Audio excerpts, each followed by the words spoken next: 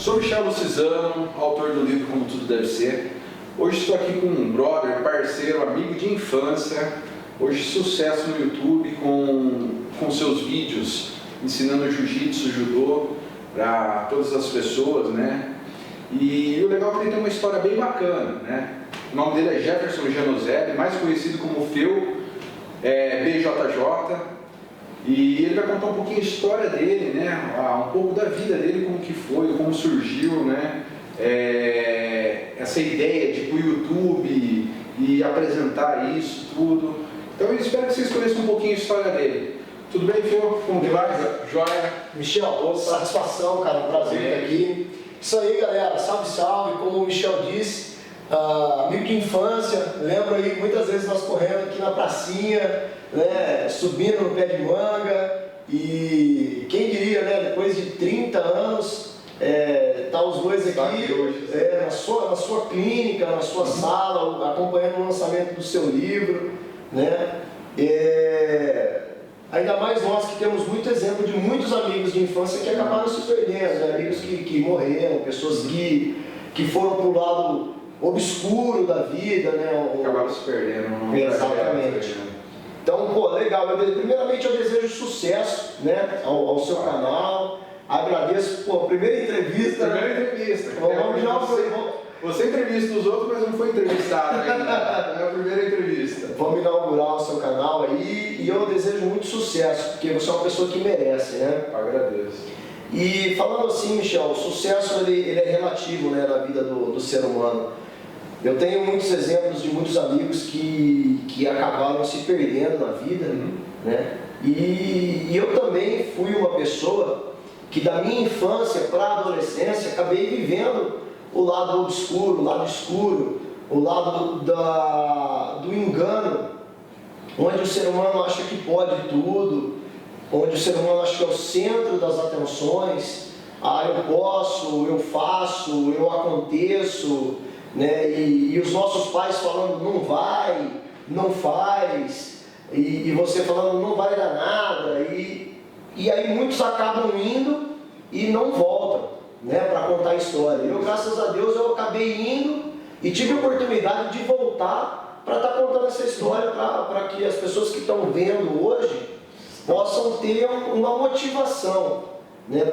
Por pior que seja o problema, por pior que seja a situação, por mais complicado, seja um câncer da alma, ou seja um câncer no corpo, seja um problema com álcool, um problema com droga, um problema com o pai, um problema com a mãe, todo problema tem uma solução, né? E graças a Deus, a minha família, aos amigos, ao esporte, né? O judô, o jiu-jitsu, me deram a oportunidade de voltar. Porque eu comecei a praticar esportes assim com 7 anos de idade. 7 anos de idade eu me envolvi com o judô. E aí até os 14, 15 anos... Isso aí quanto tempo faz? Em 1986. Né? Em 1986, agora para 2016, 2017, 31 anos. 31 anos. Então, eu, na infância, assim, eu tive um professor que ele, o Mercival, da Minelli, ele instruiu muito a educação, a formação psicológica, o caráter. Ele pregava muito o caráter, a disciplina, a dignidade, a hombridade e a competição, a parte competitiva também do esporte, da luta em si. Então, desde pequeno eu me envolvi com competição e eu tive êxito, né? Eu fui muito competidor e a maioria das competições eu era campeão. Então, eu, com 13, 15, 14 anos, eu já tinha título brasileiro, título paulista. E dos 14, dos 15 anos, eu acredito que na adolescência, onde a gente acaba descobrindo um mundo novo, os pais dão mais liberdade para os filhos, eu comecei a escolher. Você escolhe. Com 14, 15 anos você sabe o tênis que você quer usar, você sabe a roupa que você quer comprar, você já vai caindo por uma tendência de moda e marca, você já vai abandonando algumas coisas que eram impostas pelos seus pais, você já vai criando a sua tribo, a sua religião, as pessoas que você quer andar, os lugares que você vai.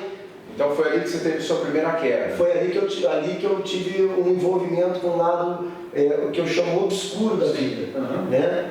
Foi ali que eu acabei, com 15 anos, eu acabei dando um tempo com o judô. Né? Achando as coisas boas de lá. Exatamente. E aí eu acabei me envolvendo com cigarro, com bebida. E isso serviu de degrau para que eu começasse a fumar um baseado de maconha. E aos 16 anos de idade eu já estava sendo internado pela primeira vez com problema de álcool e droga. Me envolvi com 16 anos, eu conheci a cocaína e me apaixonei pela cocaína. Sim. Então eu esqueci de toda aquela minha história, aquela minha trajetória dos 7 aos 15, que eu me tornei um campeão e eu saía no jornal, né? Atleta de Paulínia se destaca no Campeonato Brasileiro, atleta de Paulínia é campeão. Então era um motivo de orgulho para os meus pais e depois eu me tornei um motivo de vergonha, né? E isso o ser humano tende ou a afundar de vez, né? Como eu tive amigos que se afundaram e nunca mais voltaram. Hoje estão perdidos. Hoje estão perdidos, estão mortos, estão loucos, estão internados em hospício, alguns estão presos e outros estão mortos. E essa fase sua durou até quando? Essa fase durou dos meus 15 anos aos meus 18. Foi um verdadeiro inferno. Né? Dos meus 15 aos meus 18, eu tive 5 internações, eu tive 5 overdoses. Foi uma fase onde eu achei que eu não ia conseguir sair.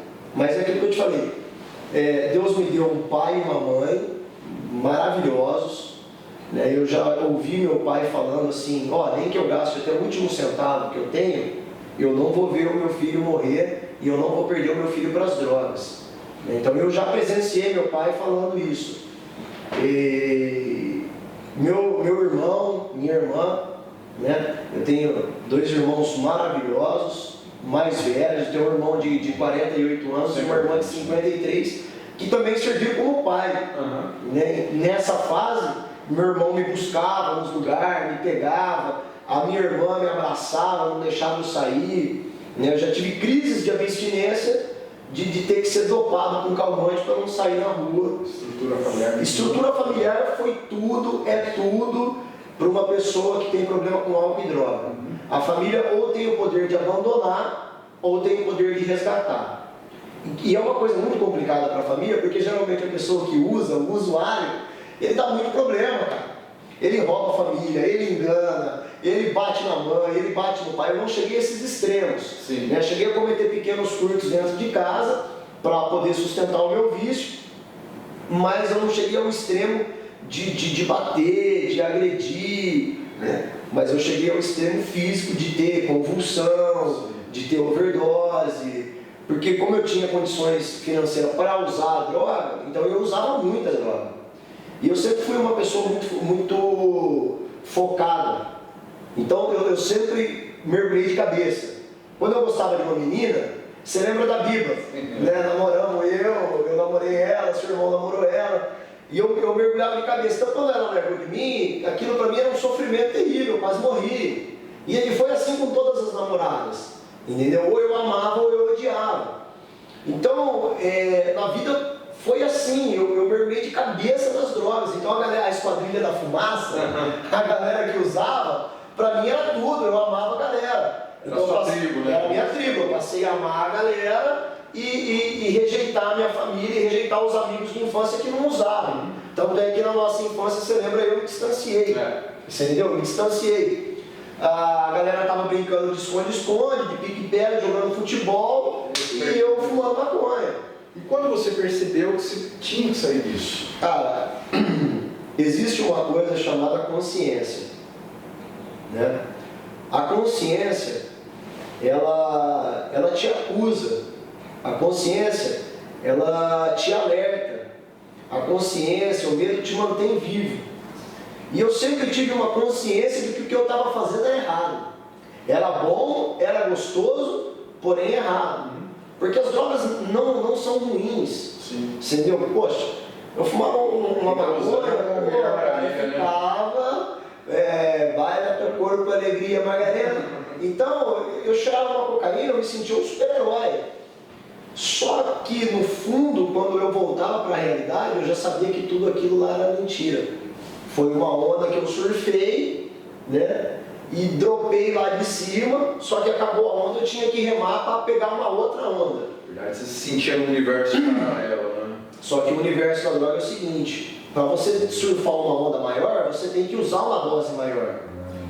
Entendeu? Nunca, o problema da pessoa que bebe, da pessoa que fuma, da pessoa que é usuário de cocaína, de crack ou qualquer substância química, ela quer aquela primeira onda, do primeiro momento, do primeiro envolvimento que ela teve com a primeira dose. Sim. Então ela sempre busca a primeira dose. Só que para ela obter a sensação da primeira dose, ela tem que usar doses maiores. E nunca vai voltar a ser igual. Sim. Então ela entra num círculo vicioso e a pessoa acaba se afundando. Com 18 anos de idade eu tive minha última internação. Nessa última internação eu tive um despertar espiritual. Eu acredito que eu tive um encontro com Deus. Ou melhor, Deus se encontrou comigo, né? E eu vi que realmente, se eu continuasse naquela vibe, eu ia morrer. Ou ia morrer, ou eu ia ser preso, ou eu ia viver nas clínicas de dependência química, exatamente. E com 18 anos de idade eu tive esse despertar espiritual e nunca mais usei drogas. Eu já fazem mais de 21 anos que eu não bebo, não fumo. Não teve nenhuma recaída? Nenhuma recaída. Eu tive recaída dos 15 aos 18 anos. Daí em diante? Daí em diante acabou. E com 18 anos eu voltei para o judô. Sim. Aí eu voltei para o judô, voltei a competir. Depois, com 25 anos de idade, eu me envolvi com jiu-jitsu, né? E minha história aí começou a fluir de uma outra maneira. Eu comecei a ver a vida de uma outra maneira. Me envolvi com questões religiosas, me envolvi com trabalho social, porque aí o que acontece? Como eu entrei no processo de recuperação, eu queria que as outras pessoas, principalmente os meus amigos que estavam usando, entrassem no mesmo processo de recuperação. E aí eu comecei a me envolver com obra social, com assistência social, tive um desejo, falei, quando eu parar de competir, vou pegar minha faixa preta e vou dar aula de judô de graça, vou dar aula de jiu-jitsu de graça. Hoje você tem o seu projeto, né? Hoje eu tenho um projeto social, eu tenho mais de 200 crianças, é um projeto que já tem 8 anos. O primeiro projeto social de judô e de jiu-jitsu da cidade de Paulínia. Depois desse projeto vieram mais de 15 projetos. Hoje seu irmão tem um projeto maravilhoso, que é o Leão de Judá, que a gente trabalha em conjunto.